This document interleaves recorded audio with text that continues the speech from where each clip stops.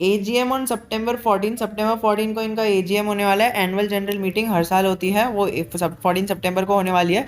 उसमें क्या क्या होने वाला है वो भी बताया है। 27वीं एनुअल जनरल मीटिंग होने वाली है, मतलब 27 साल हुए हैं कंपनी को, 27वीं एनुअल जनरल मीटिंग होने वाली है। और वो ट्यूसडे को होगी, 27 तारीख को होगी, 12:30 को होगी। तो उसका कंक्लूजन निकल के आएगा कुछ 1 आध बजे निकल के आएगा। तो 12:30 बजे से आप यहाँ पर बीएससी की वेबसाइट पर आके इसे रीलोड कर सकते हो।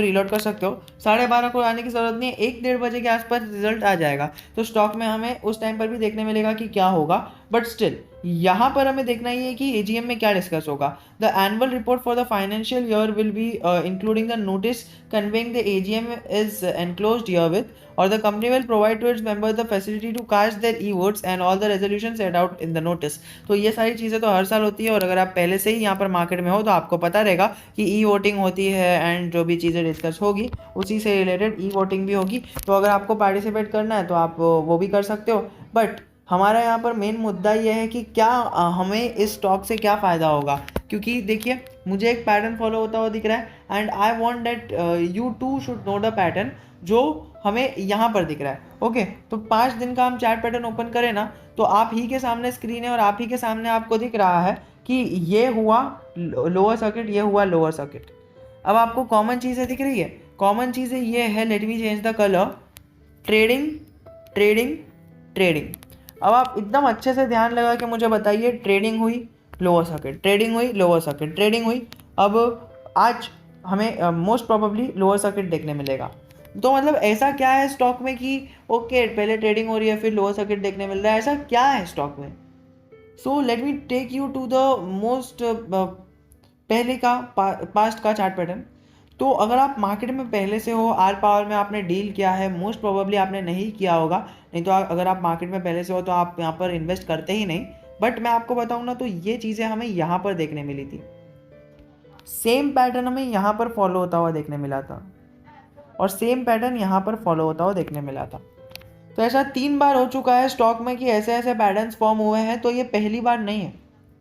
और ये पैटर्न आप नोटिस करो तो पिछले 1 महीने में आपको पैटर्न वैसा ही दिखेगा। So I was analysing this stock from since 15 days, and ये वीडियो ऐसे ही कुछ नहीं उठा के मैंने आपको बना दिया, ये एनालाइजेशन करना पड़ता है। आप देखो lower circuit trading, lower circuit trading, lower circuit trading, lower circuit. तो ये सारी चीज़ें आपको मार्केट में देख के चलनी है कि पिछली बार क्या हुआ था।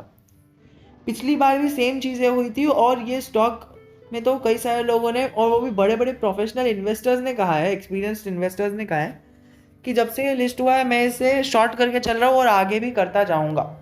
अब इसका मतलब क्या हुआ पता है आपको, कि आगे भी इसी तरह गिरेगा। अब ये इतना चर्चे में क्यों है, आपको मोस्ट प्रोबेबली गुस्सा भी आ जाएगा, और आपको गुस्सा इसीलिए आएगा क्योंकि आप यहाँ पर बिगिनर हो, क्योंकि आपने पहले का मार्केट देखा नहीं है। अभी बुल रन आया था तो आपने फ़ायदा उठा लिया। अभी बुल रन है ना, हमें धीरे धीरे वैनिश होता हुआ दिख रहा है। देखिए अच्छा खासा बुल रन आया था, और हमें कितने टाइम से, अराउंड जुलाई अगस्त 2 महीने से बुल रन खत्म होता हुआ दिख रहा है मार्केट में, और सारे स्टॉक्स की यही हालत है, 50% गिर गए। तो यही होता है मार्केट में। स्टॉक मार्केट में 2 तरह के लोग होते हैं, एक के पास होता है एक्सपीरियंस, एक के पास होता है पैसा। ये बिगनर होता है, और ये एक्सपीरियंस वाले के पास पैसा नहीं होता है, लेकिन इसके पास एक्सपीरियंस होता है। इसके पास पैसा होता है लेकिन ये बिगिनर होता है। तो जब बुल रन खत्म होता है ना, जिस तरह का बुल रन अभी खत्म हुआ, तो ये जिसके पास पैसा नहीं है, एक्सपीरियंस है, लेकिन वो पैसा इधर से इधर आ जाता है, और ये पैसे वाले के पास कुछ बचता नहीं है। But at the end of the day पैसे वाले के पास आ जाता है experience. So the next time when the bull run will come, he और she will be experienced enough to bear losses and gain the money from the beginners, उस time पे जो बिगनर्स रहेंगे। तो यही चीज़ें होती है, और यही चीज़ें हर एक बिगनर के साथ हुई है। 90% of the beginners face this, और 90% ऑफ द बिगनर्स ना, उसमें से यहाँ पर 90% लोग तो स्टॉक मार्केट को छोड़ के टाटा बाय बाय कर देते हैं। बट अगर आप अभी तक स्टॉक मार्केट में हो तो 2 ही रीज़न होंगे, आपके पास पेशेंस है, या फिर आपका बहुत ज़्यादा बड़ा नुकसान हो चुका है और आप वो नुकसान को निकाल नहीं पा रहे हो। क्योंकि मोस्ट प्रोबेबली आपने पेनी स्टॉक्स में इन्वेस्ट किया होगा, और penny stocks day by day lower circuit पे लोअर सर्किट लगाए जा रहे हैं। तो यही कुछ 2-3 अनाउंसमेंट्स थी। वीडियो को मैं ज़रा भी बड़ा नहीं करता हूँ, और करना चाहूँगा भी नहीं, और कभी भी करता नहीं हूँ। और जो भी इंपॉर्टेंट इन्फॉर्मेशन थी वही मैं आपसे डिस्कस करता हूँ। आप रिलायंस के कोई भी शेयर को उठा के देख लो, आर इंफ्रा देख लो, आर कैपिटल देख लो, आर कम्युनिकेशन देख लो, every stock is in downward movement and ये डाउनवर्ड मूवमेंट कंटिन्यू रहेगी। तो इसी के साथ मैं वीडियो को ख़त्म करूँगा, बताऊँगा कि P11 का, इसका P5 का भी हो जाएगा, तब तक गिरावट होगी।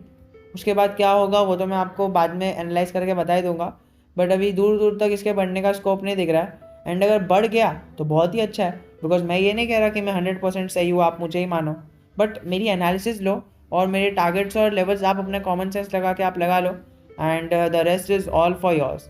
तो आशा करता हूँ आपको वीडियो पसंद आया होगा। अगर आपको पसंद आया, if you have any doubt, just remember I am always just a comment away from you. जय हिंद, जय भारत।